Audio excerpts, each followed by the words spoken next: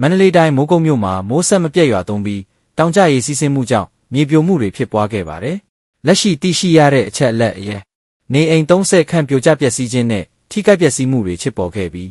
မြေပြိုနိုင်တဲ့အနေရရှိတဲ့နေအိမ်20ခန့်ကိုလည်းကြိုတင်ရှေ့ပြောင်းထားရတယ်လို့သိရပါတယ်။ဒေသခံတွေရဲ့ပြောကြားချက်အရမိုးကုတ်မှာနှစ်ပေါင်း44နှစ်အတွင်းမိုးရွာသွန်းမှုစံချိန်တင်ခဲ့ပြီးမြေပြိုမှုလက်မြေသားကျုံကျမှုနဲ့ရေကြီးမှုတွေဟာယခင်နှစ်တွေထက်ပိုမိုဆိုးရွားခဲ့တယ်လို့ဆိုပါတယ်။မြေပြိုမှုကြောင့်လူသေဆုံးမှုမရှိပေမဲ့အမျိုးသားတအူထိခိုက်ဒဏ်ရာရရှိခဲ့ပါတယ်။လက်ရှိမှာမန္တလေးမိုးကုတ်ကားလမ်းပြန်လည်ဖွင့်လှစ်နိုင်ပြီဖြစ်ပြီးမြေပြိုနေရာများကိုရှင်းလင်းထားကြောင်းသိရပါတယ်။ဒါပေမဲ့မြေပြိုပြီးသားနေရာတွေမှာထပ်မံပြိုကျနိုင်တာကြောင့်ခရီးသွားပြည်သူများတတိထားသွားလာကြဖို့အကြံပြုထားပါတယ်။စကိုင်းတိုင်းမှာတော့လက်ရှိရေဘေးခြေအနေအဆိုးရွားဆုံးဖြစ်နေပါတယ်။တဖန်စိတ်ဆယ်ရေမြင့်တက်လာမှုကြောင့်ဆယ်အောက်ပိုင်းမူးမြေရိုးတစ်လျှောက်ရှိမြို့နယ်များမှာရေကြီးနှိမ့်မြုပ်မှုတွေဖြစ်ပေါ်ခဲ့ပါတယ်။ထိခိုက်မှုရှိနေတဲ့မြို့နယ်တွေကတော့ကမ်းဘလူ10ရေဦးခင်ဦးရွှေဘိုဒီပဲရင်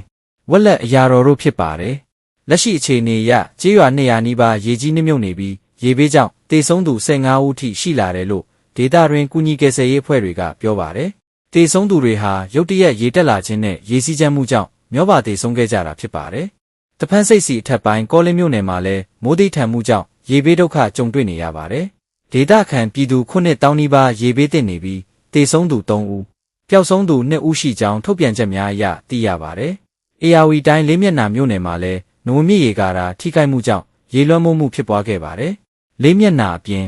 အိုင်တပြုဟင်းသာရေကြီးကျုံပြော်ငတိုင်းချောင်းတို့ရှိကျေးရွာချို့မှာလည်းရေဝင်ရောက်မှုဖြစ်ပေါ်နေပါတယ်။ရေဘေးကြောင့်လူသေဆုံးမှုများလည်းရှိခဲ့တယ်လို့သိရပါတယ်။မတရားမြို့နယ်မှာလည်းဆယ်ရီမြင့်တက်မှုနဲ့မိုးများမှုကြောင့်ရေကြီးမှုဖြစ်ပေါ်နေပါတယ်။တငါချောင်းဘောင်ကြီးတရနီးရေကျော်နေရာများမှာရေပြန်ကျလာပြီးကားကြီးများဖြတ်တန်းနိုင်ပြီး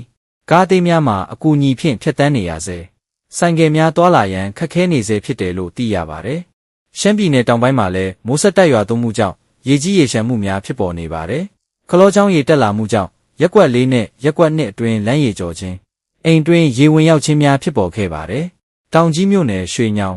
ဟိုပုံးမြို့နယ်တို့မှာလည်းရေကြီးမှုဖြစ်ပွားခဲ့ပါတယ်။လက်ရှိမြန်မာနိုင်ငံတဝန်းမှာမိုးဆက်လက်ရွာနိုင်ခြင်းမြစ်ရေဆက်တိုးနိုင်ခြင်းမြေပြိုနိုင်ခြင်းတို့ကြောင့်မြေကမ်းနားတောင်ဆောင်နဲ့မြေပြိုနိုင်တဲ့နေရာများမှာနေထိုင်သူများအနေဖြင့်အထူးသတိထားကြဖို့လိုအပ်ပါတယ်။ရေဘေးသင့်ပြည်သူများအတွက်တောက်သုံးရေအစားအစာဆေးဝါးမိုးကာနာယာယီနေထိုင်စရာများအရေးပေါ်လိုအပ်နေတယ်လို့သိရပါတယ်။